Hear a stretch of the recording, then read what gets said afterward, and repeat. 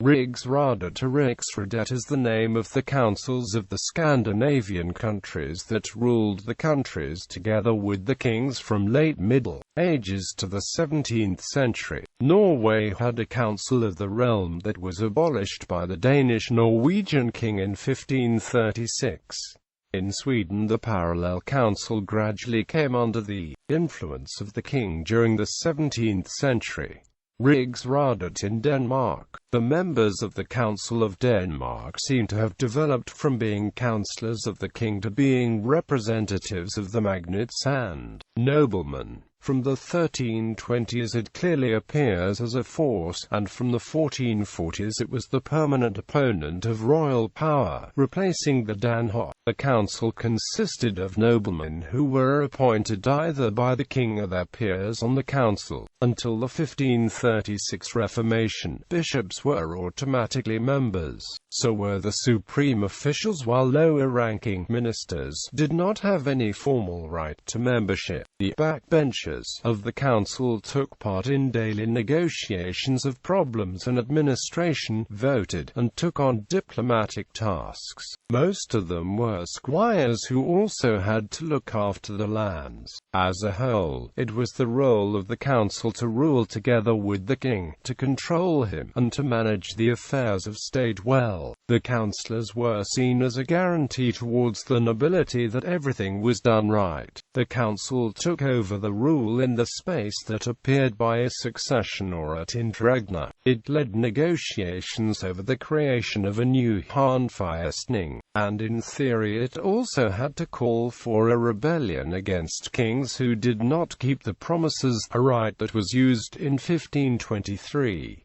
However, in the 16th century, it was not quite unusual that the councillors to some degree identified with the state, rejecting too extravagant demands from the Danish gentry. The background of this normally was that they themselves represented the Danish answer to the peerage. The number of councillors was not laid down. Normally it was about 20, but from time to time deaths might reduce the number, wherefore it was supplied by mass creations. Not until 1648 was the number of councillors finally fixed at 23. The authority of the council was indisputable, and within some limits the kings also tried to cooperate. However, most of the kings neglected some of the rules and, for instance, foreign questions presented many loopholes. The many military defeats of the 17th century and especially growing economic problems and conservatism of the nobility also weakened the prestige of the council, and the king gradually tried to strengthen his own influence. At the introduction of absolute monarchy in 1660, the council was abolished. The word Rigsrådet was revived in Denmark in the 19th century. During 1854 to 1866 it was used about a special federal council dealing with all common legislative questions of Denmark and Schleswig-Holstein, and from 1863 of Denmark and Schleswig alone. It had hardly anything else in common with its old namesake other than the title. The loss of Schleswig in 1864 made it redundant, and it was abolished by the new constitution 2 years later. Riksrådet in Norway. The Norwegian Riksråd gradually emerged around 1300, evolving from the King's Council. It emerged clearly as a power factor after 1319, during the minority of King Magnus VII Eriksson. There doesn't seem to have been any clear rules for how many members the council should have, or who should be councillors. During the 15th century, the number could be from 30 to 40, whereas after 1500 it was barely above 10.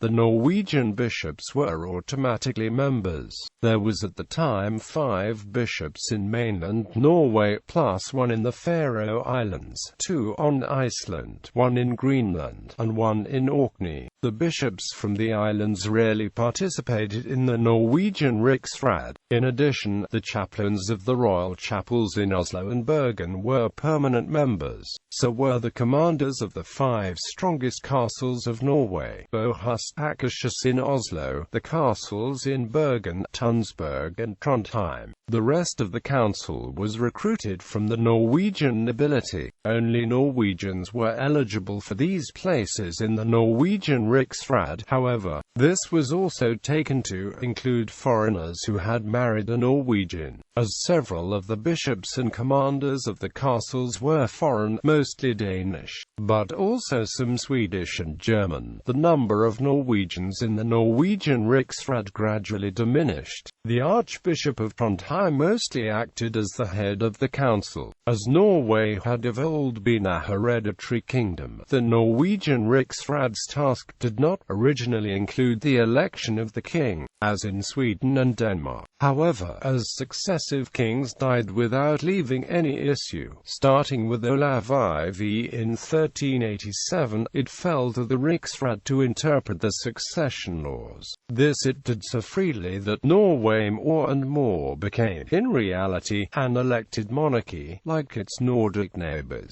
This was formally affirmed in 1450, when Christian I of Denmark took the Norwegian throne as an elected monarch. On his death, in 1481, the Riksråd ruled the country for 2 years, in an interregnum, before electing Christian's son as the new king, a period which could be seen as the height of the council's power. In the early 16th century, the power of the Norwegian council diminished. The Danish Union kings conducted a policy of strengthening their own power at the cost of the nobility, and the Norwegian nobility was too weak to put up a strong opposition. In addition, the few Norwegian noble families became more and more intermarried with the Danish nobility, giving them less of an interest in maintaining separate Norwegian structures. During the troubled transition to the reign of King Christian III, the Norwegian Archbishop Olav Engelbrektsson led a rebellion in support of Christian's rival to the throne. After Christian had won, he proclaimed that the Norwegian Riksråd was abolished in 1536.